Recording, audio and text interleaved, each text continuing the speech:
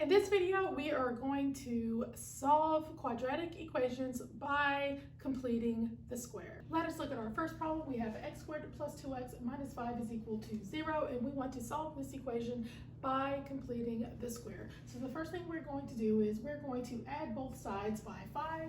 So we have x squared plus 2x is equal to 5. That way we have all of the numbers that are attached to the x on one side and all of the numbers that are not attached to the x on the other side. So the next thing we're going to do is we're going to look at this middle number. I'm going to write this middle number, and we want to take the middle number and we want to divide it by 2. Once we divide the middle number by 2, we are going to square it. And whatever that number is what we're going to add to both sides. So 2 over 2 is just 1, and 1 squared is just 1.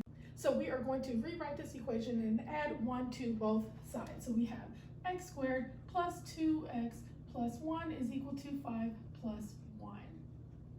Okay, so now we have x squared plus 2x plus 1 is equal to 6.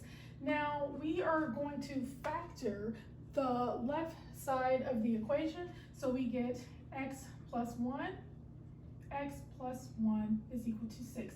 Be sure to review on how to factor a quadratic expression. So since we have x plus 1 times x plus 1, we can go ahead and say x plus 1 squared is equal to 6.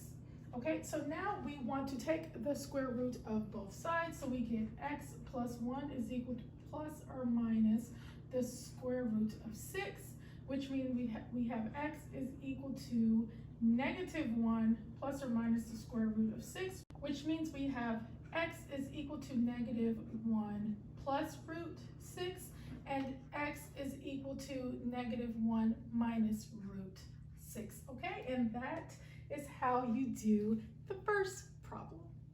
Now let's look at our second problem. We have x squared minus 3x minus 1 is equal to 0. So we are going to add 1 to both sides. So we get x squared minus 3x is equal to 1. Now again, we're going to take this middle number and we're going to divide it by 2, and then we're going to square it. So that is going to be 9/4.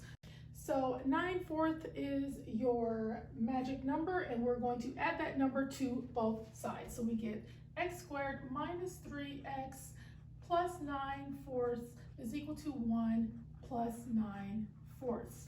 Okay, so the left side of the equation factors into x minus 3/2. X minus 3/2 is equal to, now we are adding fractions here, so I'm going to go ahead and give this one a denominator of 1 because 1 over 1 is just 1, right? And our least common denominator is a 4. So if I were to multiply the top and the bottom by a 4,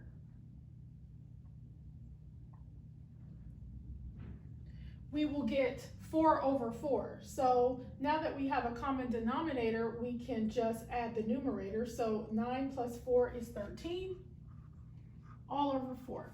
Okay, so now the left side of the equation can be rewritten as x minus 3/2 squared is equal to 13 over 4, which means we are going to take the square root of both sides. So we have x minus 3/2 is equal to plus or minus the square root of 13 over 4.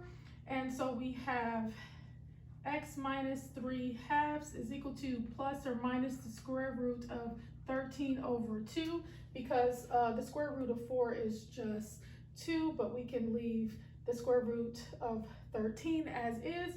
So now we have x is equal to 3/2 plus root 13 over 2, and we also have x is equal to 3/2 minus root 13 over 2. And since our denominators are the same, I'm just going to go ahead and combine them. So we have x is equal to 3 plus root 13 over 2. And we also have x is equal to 3 minus root 13 all over 2. Okay, and that is how you do the second problem. Now let's look at our third problem. So we have 2r squared plus 3r is equal to 9.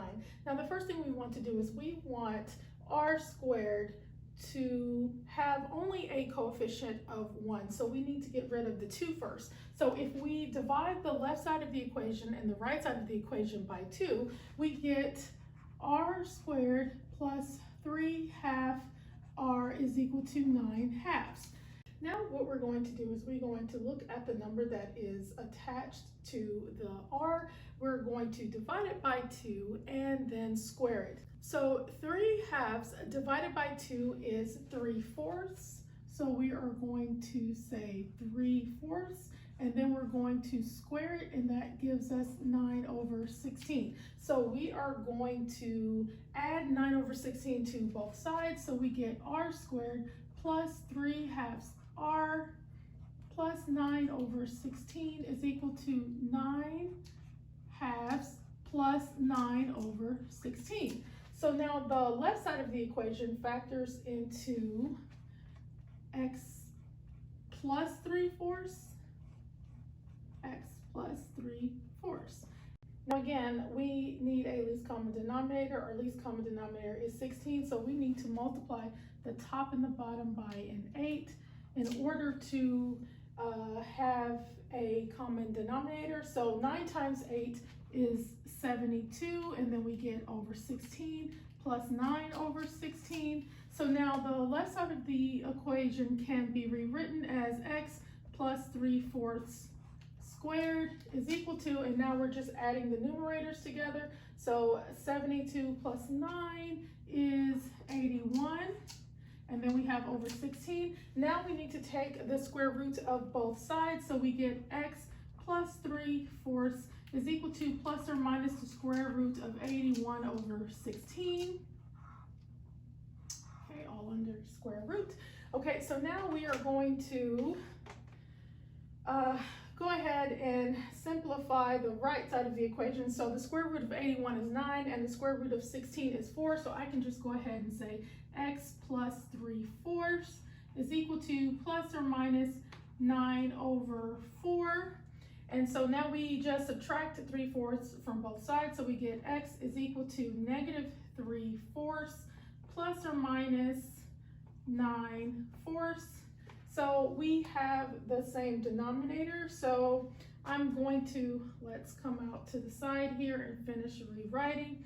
So we can just go ahead and add the numerators together. So negative 3 plus a 9 is 6.